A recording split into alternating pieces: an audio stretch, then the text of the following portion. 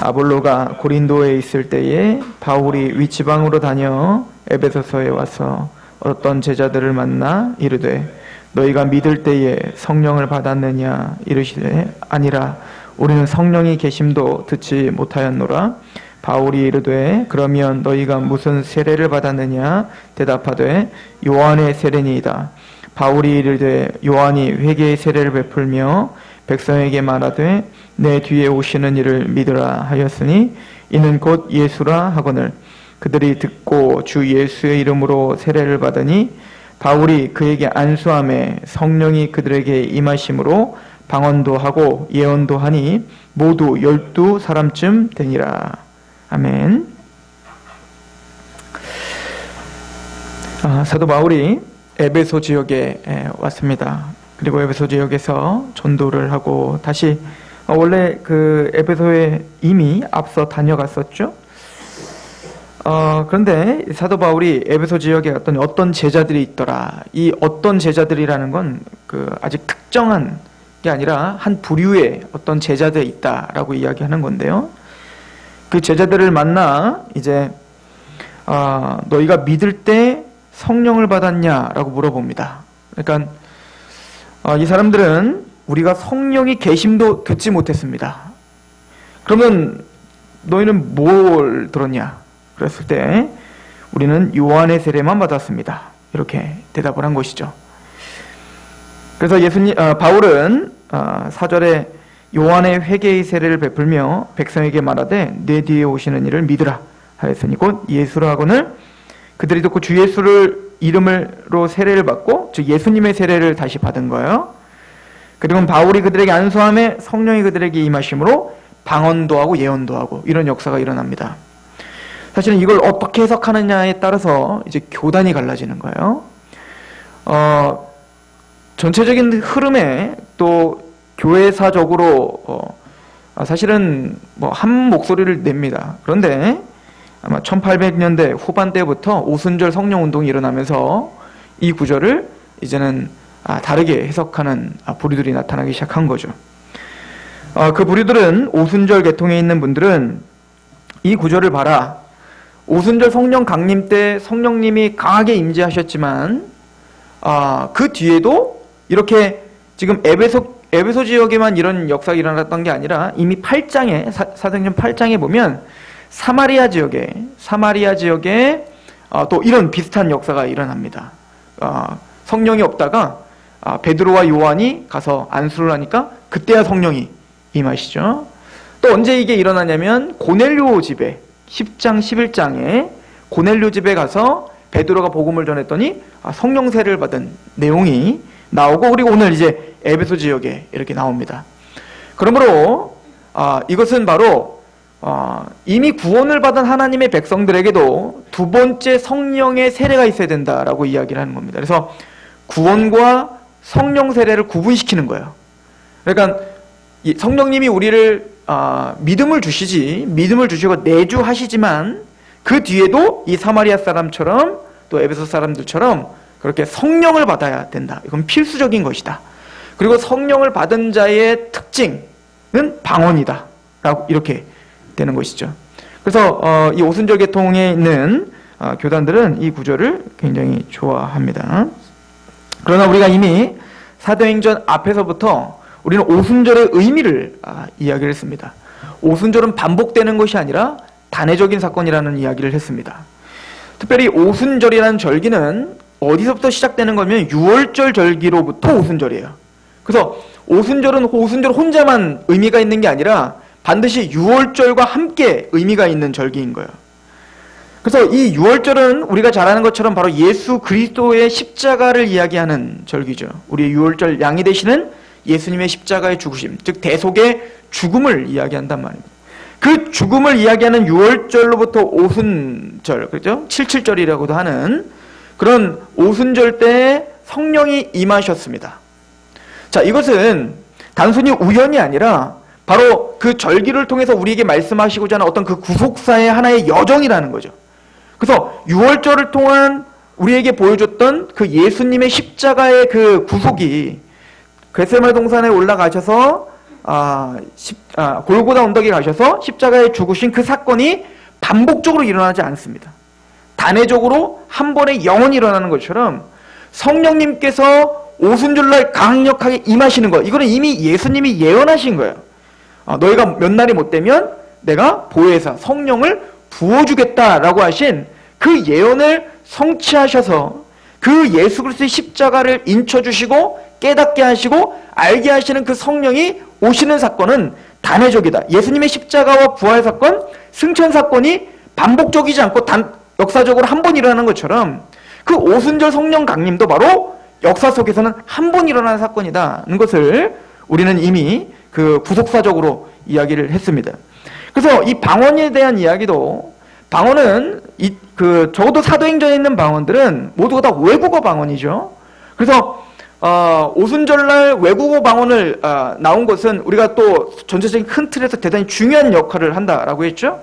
그래서 어찌 보면 바벨탑에서 하나님을 대적하는 자들, 그래서 만나기만 하면, 모이기만 하면 하나님의 일이 아닌 세상의 일, 그 하나님을 대적하는 일을 하고 있는 그 바벨탑을 쌓는 자들에게 하나님이 준 저주가 뭐냐면 언어를 혼잡케 하는 거였어요. 그래서 흩어버리는 겁니다. 말이 안 통하게 해서 어떻게 하는 거예요? 혼란하게 하여 흩어버리는, 이게 저주죠. 그런데 그러면 그 바벨탑에 대항마가 있다는 거예요. 이제는 모이면 모일수록 한 목소리를 내는, 모이면 모일수록 한 복음 가운데 감격하고 있는 공동체를 세우시는 거예요. 그게 뭐죠? 바로 예수님의 십자가의 피로 세워지는 교회입니다. 그럼 교회는 이제 그 바벨탑과는 대조적으로 이제는 한 목소리를 내는 겁니다. 분명히 다른 나라 사람들이 모였는데 그 죄의 저주로 다른 나라 언어들을 갖고 있는 전혀 알아듣지 못하는 사람들이 있었는데 어떻게 했죠? 그 언어를 알아들을 수 있도록 어떻게 해요? 방언을 하게 했어요. 그래서 하나로 만들었고 교회를 만들었다는 거예요. 그래서 이 바벨탑의 대항마, 즉 하나님의 무너져야 될 그 바벨탑의 대항마는 뭐밖에 없다는 겁니다. 바로 예수 그리스도를 통해서 성령님이 임한 교회밖에 없음을 보여주는 중요한 구속사적 상징이 있다라고 하는 것을 우리가 이미 상고해봤습니다. 자, 그렇다면 오늘 부어진 이 에베소에 부어진 이 성령을 우리가 어떻게 해석할 것인가? 이것은 우리가 뒤에 조금 더 자세하게 이야기를 하고, 그럼 이 제자들이 누구인가부터 우리가 좀 상고해 볼 필요가 있습니다. 이 제자들은 정말 구원받았던 사람인가? 성경은 아니다라고 이야기하고 있는 거예요. 왜 그러냐면 우리가 성령님을 우리가 진지하게 고찰을 했다면 고린도전서 12장 3절에 그러므로 내가 너희에게 알리노니 하나님의 영으로 말하는 자는 누구든지 예수를 저주할 자라 하지 아니하고 또 성령으로 아니하고는 누구든지 예수를 주라 시인할 수 없다라고 했어요. 성령님이 임하시지 않는다면, 성령님을 모른다면 예수를 주라 시인할 수도 없어요. 성령님의 역사가 아니라면 그 예수님을 알아먹을 수도 없다고요.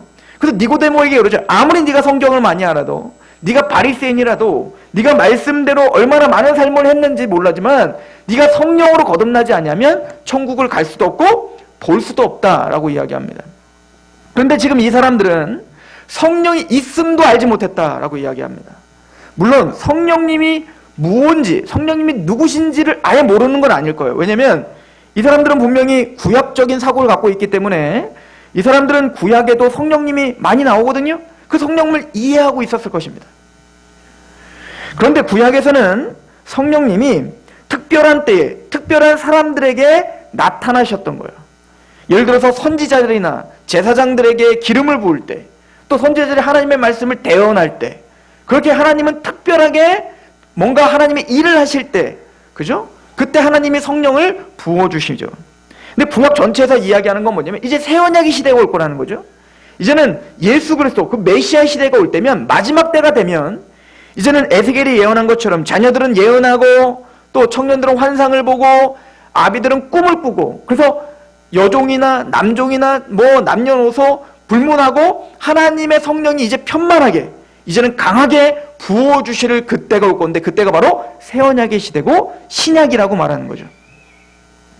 그리고 그 언약이 언제 성취됐다고 성경은 말합니까? 사도행전 2장에 보면 베드로가 오순절 성령 강림 때 뭐라고 하죠? 요엘이 말한 바, 자녀들은 예언할 것이며 청년들은 환상을 보고, 그리고 아비들은 꿈을 꾸리라 했는데 바로 이 말이다 라고 해서 오순절 성령 강림 때 그 구약에서 대대적으로 이제 편만하게 성령님이 강하게 부어주실 것에 대한 예언이 이미 성취됐다라고 선언을 했죠. 우리가 요한복음 16장만 보더라도요. 우리 한번 가볼까요? 요한복음 16장.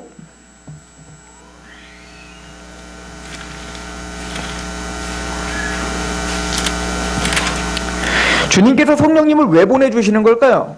성령님을 보내주시는 분명한 목적이 있을 거 아닙니까? 그 목적을 안다면 우리는 사실은 딴소리 할 수가 없습니다. 요한복음 16장 7절부터 보겠습니다. 그러나 내가 너희에게 실상을 말하노니 내가 떠나가는 것이 너희에게는 유익이라. 내가 떠나가지 아니하면 보혜사가 너희에게로 오시지 아니할 것이요 가면 내가 그를 너희에게로 보내리니 그가 와서 죄에 대하여 의에 대하여 심판에 대하여 세상을 책망하시리라. 그러니까 성령님이 뭐 하시냐면 죄가 뭔지 의가 뭔지 또 심판이 무엇인지를 책망하시는 분인 거예요. 그러니까 성령님이 아니고서는 진짜 죄가 뭔지를 깨닫지를 못하는 겁니다. 또 성령님이 아니고서는 우리가 어떻게 하나님의 의를 받는지, 즉 구원에 대한 문제를 전혀 감을 잡지 못하는 겁니다. 성령님이 아니고서는 그 심판, 최종적인 결론이 어떻게 나는지를 전혀 알지 못하는 겁니다. 그럼 이 사람들은 누굴까요? 아마 둘로 우리가 한번 생각해 볼 수가 있는데, 첫 번째는 아볼로의 제자들일 수 있어요. 우리가 지난주에 상고해봤죠. 아볼로가 에베소에서 굉장히 회당에 들어가서 나름 복음을 열심히 전했어요. 나름 예수님을 전했다고요. 그리스도를 일찍 알아 주의 도를 열심을 다해서 전했어요. 근데 그거를 누가 봤죠?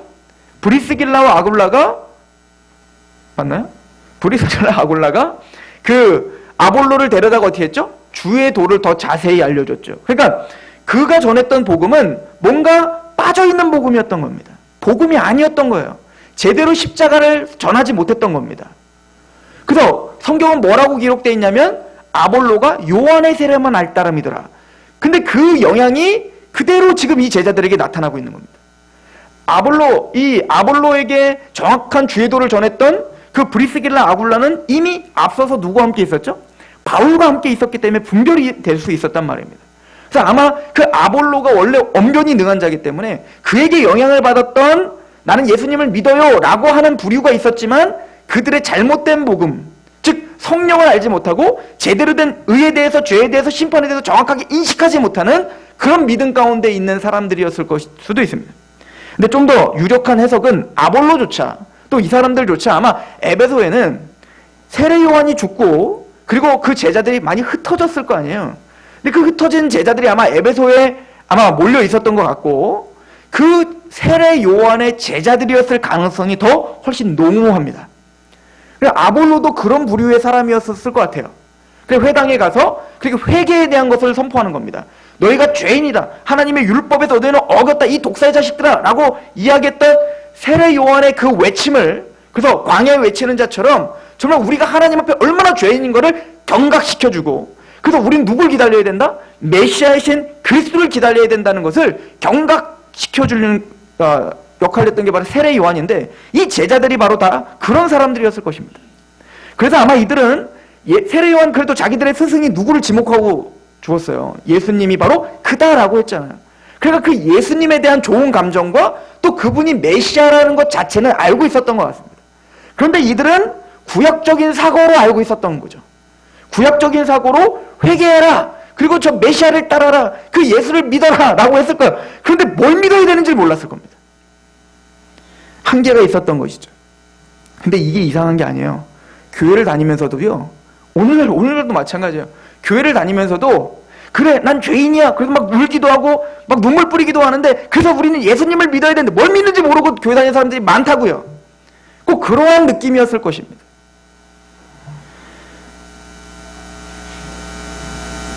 그때 사도 바울은 성령이 있음에 대한 이야기를 해줍니다. 자, 이 이야기는 왜 그럴까요? 성령님이 오셔야 죄가 뭔지 의가 뭔지 심판이 뭔지를 알게 하기 때문에 그렇습니다. 자, 죄가 뭘까요? 자, 우리 9절입니다. 요한복음 16장 9절 시작. 죄에 대하여 함은 그들이 나를 믿지 아니면 예수님을 믿지 않는 것이 죄라는 걸 알게 하는 거예요. 단순히 율법을 지키지 않았습니다. 물론 그게 죄죠. 그것으로 우리가 알지만 예수 그리스도를 영접하지 않는 것이 얼마나 큰 반역죄인가. 예수님을 영접하지 않는 것이 우리가 왜 죽을 수밖에 없는 죄인인가에 대한 그 두려움, 그것을 누가 주시는 거예요? 성령님이 아니고서는 알 수가 없는 겁니다. 또한 의에 대하여 함은 10절이죠. 의에 대하여 함은 내가 아버지께로 가니 너희가 다시 나를 보지 못하며. 의라는 게 뭐냐? 율법을 열심히 지키고 뭔가 정성을 다해서 네가 의를 만들어낼 수 없다는 걸 깨닫게 하시는 겁니다. 그럼 뭐가 의라고요? 내가 아버지께로 가는 거. 즉 예수님이 십자가에 죽으시고 부활하셔 승천하시는 그 구속의 역사가 의라는 거. 이거 외에는 그 어떤 의가 없다는 거. 그래서 너희가 예수님 그 메시아를 믿으라 했지만 그 메시아가 뭐냐면 죽으셔야 된다는 거예요. 십자가에 죽으셨다가 부활하시고 승천하신 그 예수님만이 우리의 의가 되신다는 것을 알게 하시는 분이 성령님이란 말입니다.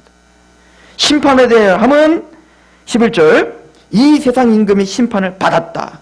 창세기 3장 15절에 여자의 후손으로 통해서 그 뱀의 머리를 부셔버린다고 했던 그 역사, 바로 예수님의 십자가와 부활 사건으로 사단의 권세가 부셔지고 죄의 권세를 깨트리셨다.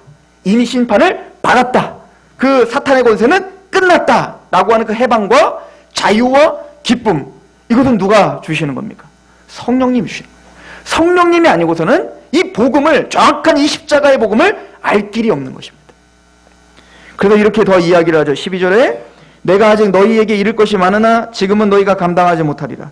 그러나 진리의 성령이 오시면 그가 너희를 모든 진리 가운데로 인도하시리니 그가 스스로 말하지 않고 오직 들은 것을 말하며 장래일을 너희에게 알리시겠습니다. 예수님이 직접 이건 말로 설명해도 이게 다 해결이 되는 게 아니에요. 아무리 아볼로가 언변이 능통해도, 아무리 세례 요한이 회개를 외쳐도 그걸로 구원받는 게 아니란 말입니다. 성령님이 오셔서 그 복음을 인쳐주시고 그 십자가의 의미를 깨닫게 해주셔야지 구원받을 수 있다는 것입니다. 이게 성령 세례입니다. 그러므로 성령 세례는 믿음이 생긴 구원받은 자에게 2차적으로 오는 걸 성령 세례라고 말하지 않아요. 성경은 2차적으로 구원받은 자에게 성령이 2차적으로 뭔가 뜨거워지게 하고 뭔가 흥분하게 하고 말씀 가운데 막 진취적으로 말씀을 담대하게 전하게 하고, 물론 그런 역사가 있습니다. 기도를 할 때 우리 안에 충만하게 임하실 때가 있단 말입니다. 우린 그걸 뭐라고 부르냐면 성령 충만이라고 하는 거예요. 또 다른 성령이 오시는 게 아니에요. 이미 성령님이 구원을 받을 때 이미 우리에게 있는 겁니다. 그래서 사도 바울은 그 제자들에게 뭐라고 물어보냐면 너희가 믿을 때 성령 세례를 받았니? 라고 물어보는 거예요. 한번 오늘 본문을 다시 한번 보십시오. 우리 사도행전을 다시 한번 가보세요. 사도행전 19장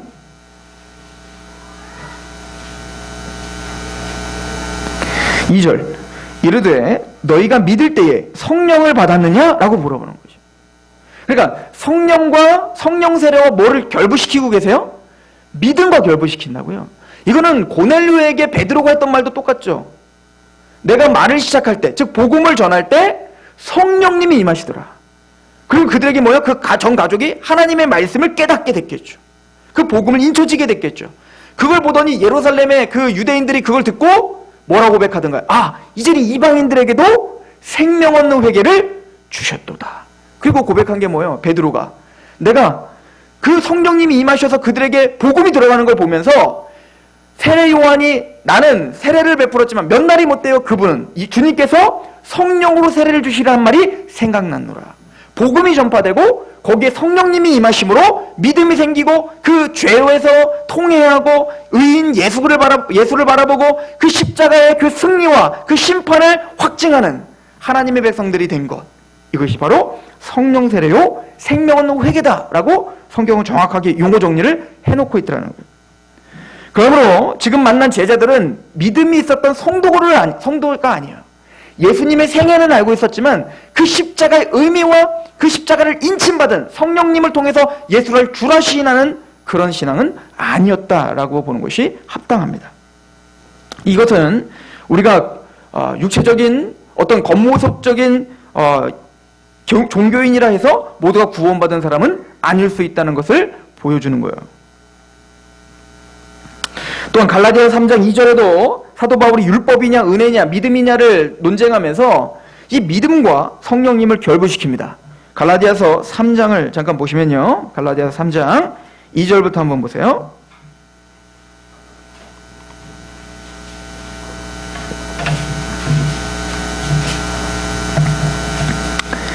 내가 너희에게 다만 이것을 알려 하노니 너희가 성령을 받은 것이 율법의 행위로냐 혹은 듣고 믿음으로냐. 내가 너희에게 다만 이것을 알려 하노니 너희가 성령을 받은 것이 율법의 행위냐 혹은 듣고 믿음으로냐. 성령님이 임한 것, 이것을 지금 뭐와 계속 결부시키며 이야기하고 있죠? 구원과 이야기 결부시켜서 지금 이야기하는 거예요. 율법으로 너희가 구원받았니? 믿음으로 너희가 구원받은 거니?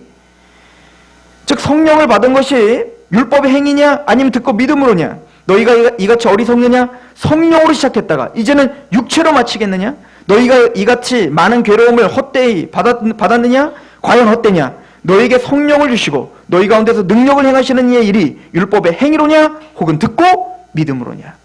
너희가 복음을 듣고 믿을 때 성령님이 했던 거 아니냐. 너희가 듣고 하나님의 역사로 너희가 성령 세례를 받은 거 아니냐.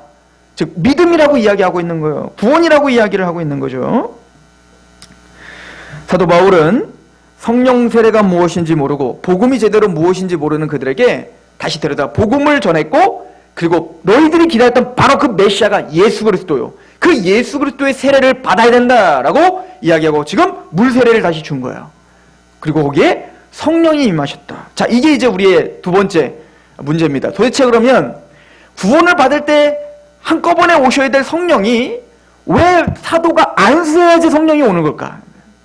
그래서 이제 우리는 안수기도 하러 다니죠, 그죠? 임파테이션이라고 해서 요즘에 신사도 운동 하시는 분들이, 그래서 나에게 그 안수할 때 성령이 임하는 것처럼 그 목회자인 나를 통해서 안수기도를 할 때 성령이 빠져나간다, 이렇게 잘못된 성경을 해석하고 있는 거예요. 그런 거 없습니다. 그런 건 아니에요. 자, 그럼 이걸 어떻게 해석해야 될까요? 자, 오순절 성령 강림은 단회적입니다. 그러나 그렇다면 오순절 성령 강림이 우리와 상관이 없을까요? 아니에요. 예수님의 십자가 사건이 단회적입니다. 그렇다고 해서 예수님의 십자가 사건이 우리와 상관이 없나요? 상관이 없어서 구원을 못 받죠. 그 예수님의 십자가의 역사는 단회적이지만 그 예수님의 십자가의 역사의 피는 오늘도 우리에게 영향을 끼칩니다. 마찬가지로 오순절 성령 강림은 단회적입니다. 그러나 그 단회적인 오순절 강림은, 단회적인 오순절의 부어지심은 오늘날 우리를 구원시키는 개인적인 적용과 인침에 영향력을 주는 거예요. 꼭 오순절날 강하게 물이 확 쏟아지면 그걸 가득 채워 흘러 넘치는 것처럼 그 오순절의 역사가 이 시대를 편만하게 지금 주장하고 있다는 거예요. 누가? 성령님이 오늘날도 동일하게 우리를 주장하고 구원시키는 거예요. 그럼 오늘날은 불의 혀처럼 갈라지는 모양으로 성령이 오시지는 않습니다. 그리고 지금 이 성령님이 강하게 임재했을 때 이미 예언을 했어요. 구약시대와 신약시대, 즉 새언약의 시대가 올 때 나타나는 표적들이 있을 것이다 라고 했어요. 그 표적이 뭐냐면 바로 병든 자가 일어나고 죽은 자가 일어나며, 또 하나는 뭐냐면 새로운 방언을 하게 될 것이라는 거예요. 그리고 그 성령의 역사가 일어나게 될 것이다 라고 하는 것입니다. 우리 마가복음 16장을 보시면 이렇게 이야기합니다. 한번 가보실래요? 마가복음 16장, 예수님이 하신 말씀이에요.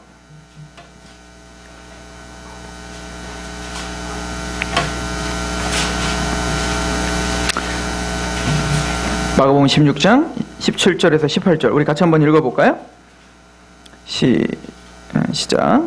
믿는 자들에게는 이런 표적이 따르리니 곧 그들이 내 이름으로 귀신을 쫓아내며 새 방언을 말하며 뱀을 집어올리며 무슨 독을 마실지라도 해를 받지 아니하며 병든 사람에게 손을 얹는 즉 나으리라 하시더라. 자, 보십시오. 새 언약의 시대가, 이제 교회 시대가 편만하게 성령님이 오시면 시작될 거예요. 그러면 어떤 일이 벌어질 거냐면 귀신들을 쫓아낼 것이고 새 방언을 하게 될 것입니다. 또 하나는 뭐냐면 뱀을 집어올리고 무슨 독을 마실 자를 해를 받지 않고 병든 사람들에게 손을 얹으 나을 거라는 거예요. 이게 반복적으로 일어날까요? 아니면 특별한 사도시대 때만 일어나는 걸까요? 이게 우리의 이제 관건이에요. 이 싸움을 이제 우리가 하는 건데, 그래서 봐라, 새 방언을 한다고 했지 않냐? 그리고 손을 얹어서 병든 사람이 다 낫는다고 했지 않느냐? 그럼 18절의 초반절은 왜 얘기 안 해요? 뱀을 집어올리며 무슨 독을 마시더라도 해를 받지 않는다. 사도시대 때는 이게 다 일어났습니다. 새 방언을 했고 정말 죽은 사람도 일어납니다. 또한 사도 바울이 독사에 물렸지만 죽지 않는 것을 보면서 신이다 라고 했었죠. 그러니까 이 사건은 정확하게 사도시대 때 완벽하게 다 이루어지는 사건이에요. 이거는 어떤 거는 이루어지고 어떤 건 안 이루어지는 게 아니에요. 이거는 이 문자 그대로 다 이루어져야 되는 사건입니다. 자, 무엇을 말하고 있는 거죠? 내가 할 수 있는 거는 이루어져야 되고 안 할 수 있는 거는 이루어지지 않는다고 말하는 건 성령의 역사가 아닙니다. 이게 무슨 얘기냐면 구약부터 새 언약의 시대가 도래하면 그때는 새로운 방언을 하게 될 건데요. 자, 그 방언에 대한 이야기가 있어요. 고린도전서 14장을 한번 보십시오. 고린도전서 14장 21절 한번 보세요.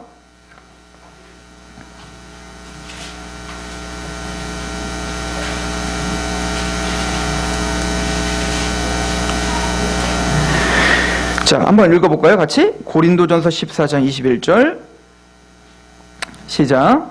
율법에 기록된 바 주께서 이르시되 내가 다른 방언을 말하는 자와 다른 입술로 이 백성에게 말할지라도 그들이 여전히 듣지 아니하리라 하였으니 그러므로 방언은 믿는 자를 위하지 아니하고 믿지 아니하는 자를 위하는 표적이나 예언은 믿지 아니하는 자들을 위하지 않고 믿는 자를 위함이라. 자, 여기 보면 지금 초대교회에 일어났던 그 방언들의 의미를 구약의 성취라고 이야기하는 거예요. 율법에, 구약에 이미 이 예언이 되어 있다라고 하는 겁니다. 이 예언이 어디 있는 거냐면 이사야서에 있는 내용이에요. 근데 이사야서에는 어떤 내용이냐면 제가 말로 설명해 드릴게요. 이사야서에 보면 28장에 보면 이스라엘 백성들, 타락한 이스라엘 백성들을 하나님이 심판할 때가 올 것입니다. 그러나 심판을 할 때 어떻게 심판할 거냐면 우리가 잘 아는 것처럼 북이스라엘은 아수르를 통해서 멸망시킬 거고 남유다는 바벨론을 통해서 멸망시킬 거란 말이에요. 근데 하나님이 또박또박 히브리어 말로 지금 하나님의 백성들에게 이렇게 하지마 저렇게 하지마 선지자들을 보내서 얼마나 많이 이야기했는지 몰라요. 쉽게 얘기해서 선지자를 통해서 우리가 만약 이스라엘이라고 하면 한국말로 하나님이 이렇대 저렇대 하지 말래 말씀 지키래 너네 왜 그러냐 자꾸 타일렀는데도 어때요? 알아듣잖아요. 알아듣는데도 못 알아먹는 겁니다. 얘네가. 그래서 하나님 뭐라고 하냐면 내가 새로운 방언으로 너희들을 칠 거다 이렇게 말하는 거예요. 그 새로운 방언은 뭐죠? 전혀 알아듣지. 예를 들어 중국 사람들이 와갖고 우리는 중국말 잘 못 알아듣으니까 막 중국말 일로 와 그러면 막 못 알아듣는 거예요. 그렇게 못 알아들은 것이 걔들한테는 저주가 되는 겁니다. 그렇죠? 이사야서 28장 9절에 이렇게 말합니다. 그들이 이르기를 그가 누구에게 지식을 가르치며 누구에게 도를 전하며 깨닫게 하려는가 젖떨어져 품을 떠난 자들에게 하려는가 대저 경계의 경계를 더하며 경계의 경계를 더하며 교훈의 교훈을 더하며 교훈의 교훈을 더하되 여기서도 조금 저기서도 조금 하는구나 하도다. 이게 뭐냐면 경계의 경계를 더하고 경계의 경계를 더하고 교훈의 교훈을 이게 뭐냐면 지금 조롱하고 있는 거예요. 지금 옹알이 하는 것처럼 지금 히브리어로다가 지금 조롱하고 있는 거라고요. 경계의 경계다. 하나님이 막 말씀을 전하면 뭐야 그래 뭐 이러는 것처럼 선지자의 말을 지금 조롱하고 있더라는 겁니다. 정확한 말로 하나님의 말씀을 전했는데도 불구하고 그들은 어떻게 했다고요? 그 말씀을 가지고 뭐 어떻게 하라고 이렇게 지금 조롱하고 있다는 거예요. 그래서 11절에 그러므로 너희가 똑똑한 한국어 말로도 못 알아들으니까 그러므로 더듬는 입술과 다른 방언으로 그가 이 백성에게 말씀하시게 할 것이다. 그래서 1차적인 그 성취가 어디서 일어난 겁니까? 아수르를 통해서 북이스라엘이 멸망되는 겁니다. 다른 방언을 하는 사람들을 통해서 이제는 말로 못 알아들으니까 어떻게 하는 거예요? 그냥 막 부셔버리는 거죠. 자, 어찌됐든 1차적인 그 예언은 뭐냐면 그 다른 방언, 즉 다른 언어를 가리키는 언어인 거예요. 그리고는 이 예언을 그대로 고린도 전서 14장에는 채용해서 뭐라고 하냐면 다시 14장 21절에 보면 율법에 기록된 바 주께서 이르시되 내가 다른 방언을 말하는 자와 다른 입술로 이 백성에게 말할지라도 그들이 여전히 듣지 아니하리라. 근데 이 타락한 자들은 그렇게 아수르나 북이스라엘을 통해서 그렇게 다른 언어로 하나님이 치시더라도 회개한다 안 한다? 안 하더라는 거예요. 남은 자만 회개하죠. 마찬가지로 오늘날도 그렇게 하나님이 다른 언어로 그렇게 말씀을 하셔도 이게 표적인 거예요. 이게 새 언약의 표적인 거예요. 그렇게 해도 뭐요? 강팍하여 듣지 않는 자들이 있더라 라고 하는 겁니다. 그러므로 여기서 말하는 언어는 분명한 외국어 언어입니다. 외국어 방언이에요. 그래서 22절은 이렇게 말합니다. 고린도서 14장 22절 다시 한번 같이 읽어볼까요? 시작. 방언은 믿는 자들을 위하지 아니하고 믿지 아니하는 자들을 위하는 표적입니다. 여러분들 오늘날 그렇게 하는 방언을 한다고 해서 진짜 안 믿는 사람이 신기하나요? 아니면 더 안 믿든가요? 만약에 진짜 오늘날 외국어 방언이 막 터진다면 그게 표적이 되겠습니까? 아니면 오늘날처럼 그거를 조롱하겠습니까? 안 믿는 사람들을 향한 표적이 뭐라고요? 방언입니다. 그래서 사실은 개혁주의자들 또 전통적으로 해석은 고린도전서에 있는 방언이나 사도행전 방언은 다 외국어 방언이다라고 이야기를 하는 거예요. 자, 그렇다면 오순절 성령 강림, 그리고 사마리에서 하나님이 안수했을 때 성령이 임하신 것, 그리고 또한 고넬료에게 성령이 임하셨던 것, 또 오늘 에베소에게 안수를 했더니 성령이 임하셨던 사건은 도대체 무엇인가? 이렇게 생각하시면 됩니다. 예수님이 예언을 하셨어요. 뭐라고 하셨냐면 예루살렘과 온 유대와 사마리아와 땅끝까지 이르러 내 증인이 될 거라는 거예요. 즉 그 성령님의 편만한 그 구약 시대가 이제 종결되고 새 언약의 시대가 어디로? 예루살렘으로 시작해서 어디까지? 땅끝까지 이르러 편만하게 이루어질 거라는 겁니다.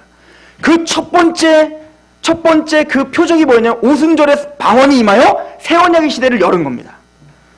그리고는 이제는 한 번도 이들은 복음을 사마리아, 이 유대 땅을 넘어서 전해본 적이 없어요. 그래서 사마리아에 사도 바울이 복음을 전했다고 했는데 이게 정말인지 아닌지를 확인할 길이 없었던 겁니다. 그래서 그때 베드로와 요한, 가장 유력했던 제자들을 파송해서 어떻게 했죠? 그들이 안수할 때 성령이 임하시는 걸 보고 방언하는 걸 통해서 뭘 깨닫게 하는 겁니까? 바로 사마리아 땅에도 뭐가 왔구나, 이 새 언약의 시대가 도래했구나라는 걸 보여준 거예요. 그 다음은 누구였죠? 바로 고넬료였던 겁니다. 고넬료는 바로 이방, 땅끝까지 이르러 하나님의 말씀이 시작됨에 문이 바로 고넬료였던 거예요. 최초로 이방인인 고넬료에게 복음 전할 때 성령이 베드로 앞에서 떨어지는 걸 보면서 그거를 예루살렘 유대인들이 뭐라고 하죠? 이제 이방인에게도 생명 얻는 회개가 시작됐다. 그 새 언약의 시대가 시작됐다라고 하는 것을 선언하는, 그래서 그 사도들에게 그것들을 정리해줘야 보여줄 필요가 있었단 말입니다. 그리고 오늘 더 중요합니다. 왜냐면 이제 땅끝까지 이르러 이 편만한 복음이 전파되고 성령 세례가 임했는데 이들은 누구의 제자죠? 세례 요한의 제자라고요. 잔재에 있는 세례 요한의 제자. 세례 요한은 예수님께서 마태복음 11장에 말하죠. 선지자와 율법은 세례 요한의 때까지라고 합니다. 구약의 잔재란 말이에요. 이제는 구약이 무너지고 이제는 정말 새 언약의 시대가 편만하게 확장되는 하나님 나라가 임할 거란 말입니다. 그러므로 이제는 이 에베소에 있는 뭡니까? 이 세례 요한의 제자들이 부서짐으로 말미암아 이제는 그 구약이 완전히 종결된 거예요. 그리고 완전히 뭡니까? 새 언약의 시대가 물론 예수님이 이 땅에 오심으로 구약 종결됐어요. 십자가의 은혜로 종결됐어요. 그게 뭡니까? 퍼져 하나님 나라가 땅끝까지 임하고 있는 어떤 모습을 우리에게 보여주고 있는 것입니다. 그래서 사도가 살았던 시대를 우리에게 보편적으로 다 적용시키는 것은 아닌 거예요. 우리에게 지금 보편적으로 적용시켜야 되는 궁극적인 뭐냐면 이겁니다. 첫 번째, 복음이 전해져야 된다는 겁니다. 두 번째, 성령님이 오셔야 된다는 겁니다. 그리고 그 복음을 믿게 하셔야 된다는 것입니다. 그리고 회개가 일어난다는 거예요. 성령님이 임하면 이들처럼 회개가, 통회함이 일어나고 죄가 뭔지 깨달아야 되고 또 예수 그리스도를 믿게 돼야 되며 그 심판의 확증을 믿어야 되는 거예요. 그리고 물 세례를 받아야 되는 것입니다. 이것은 보편적인 성령 세례의 특징입니다. 또 하나, 말씀을 담대히 전파하더라. 이것이 성령 충만의 중요한 열매가 되는 것입니다. 로마서 8장 8절에 육신에 있는 자들은 하나님을 기쁘시게 할 수 없느니라. 만일 너희 속에 하나님의 영이 거하시면 너희가 육신에 있지 아니하고 영에 있나니 누구든지 그리스도의 영이 없으면 그리스도의 사람이 아니니라. 그래서 이 하나님의 영, 성령님을 또 뭐라고 부르죠? 그리스도의 영이라고 부르죠. 성령님이 우리 안에 내주하고 있는 걸 누가 내주하고 있다고 보는 거예요? 그리스도가 내주하고 있다고 보는 거예요.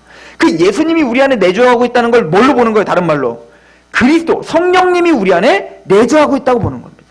삼위일체신 하나님은, 성령님은 혼자 단독적으로 역사하는 게 아니라 복음과 함께 역사하고 우리 안에 들어오실 때 성령님만 왔다 갔다 하시는 게 아니라 예수 그리스도를 우리 안에 심어주시고 인쳐주시며 그 예수를 영화롭게 하고 그 예수님의 말을 깨닫게 하며 우리를 인도하고 그 예수님을 영화롭게 하는 그 영이 바로 그리스도의 영, 하나님의 영, 성령이십니다. 성령님은 오늘도 역사하십니다. 즉 교만했던 마음을 부셔버리고 하나님의 그 놀라우신 예수 그리스도의 십자가의 구속을 알게 하고 깨닫게 하고 여러분들 담대하게 말씀을 전하게 하실 것입니다. 우린 요한의 세례만 하는 게 아니라 바로 예수의 세례, 즉 이 성령 세례를 통해서 믿고 구원받은 교회입니다. 기도하겠습니다. 하나님 아버지, 오늘날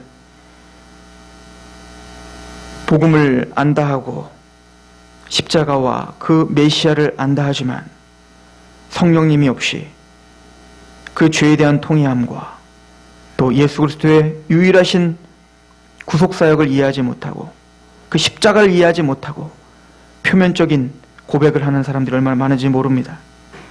그럼에도 불구하고 우리 마음에 성령을 부어주셔서 그 십자가를 알게 하셨고 또 우리의 죄를 통회하게 하셨으며 그 십자가의 구원의 감격으로 오늘도 담대하게 그렇게 사도들처럼 또 그 초대교회처럼 힘써 싸울 수 있는 능력을 주셔서 감사합니다. 우리 안에 있는 성령님이요, 우리를 충만히 채워주셔서 우리가 하나님의 말씀 앞에 또 구복되고 그 복음 앞에 감격하는 귀한 하나님 백성들이 되게 하여 주시옵소서. 예수 그리스도의 이름으로 감사하며 기도합니다. 아멘.